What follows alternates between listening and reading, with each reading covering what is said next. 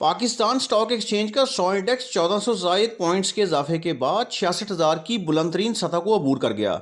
आज कारोबारी हफ्ते के आखिरी रोज़ के आगाज़ से ही मार्केट में मस्बत रुझान देखा जा रहा है और एक मौका पर 100 इंडेक्स 1436 पॉइंट्स इजाफे से 66,155 पर ट्रेड करता देखा गया।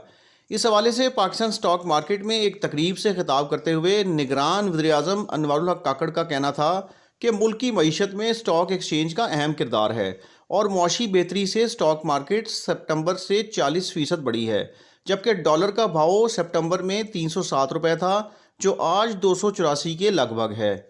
उनका कहना था कि रवां साल मुल्क की मईशत को कई चैलेंजेस का सामना रहा। IMF के साथ स्टैंड बाई मुआहदे से सरमायाकारों में एतमाद आया। मईशत की बेहतरी के बाइस स्टॉक एक्सचेंज में तेज़ी का रुझान है। ख्याल रहे कि गुज़िश्ता रोज़ 7 दिसंबर PSX benchmark KSE 100 index 800 points इजाफे के बाद तारीख में पहली बार 64,000 की नई बुलंद तरीन सतह पर पहुंच गया था।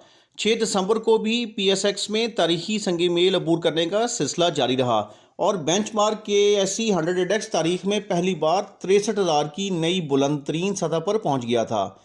इससे कबल 4 दिसंबर को भी KSE 100 इंडेक्स 801.80 या 1.3% इजाफे के बाद 62,493 पॉइंट्स पर पहुंच गया था।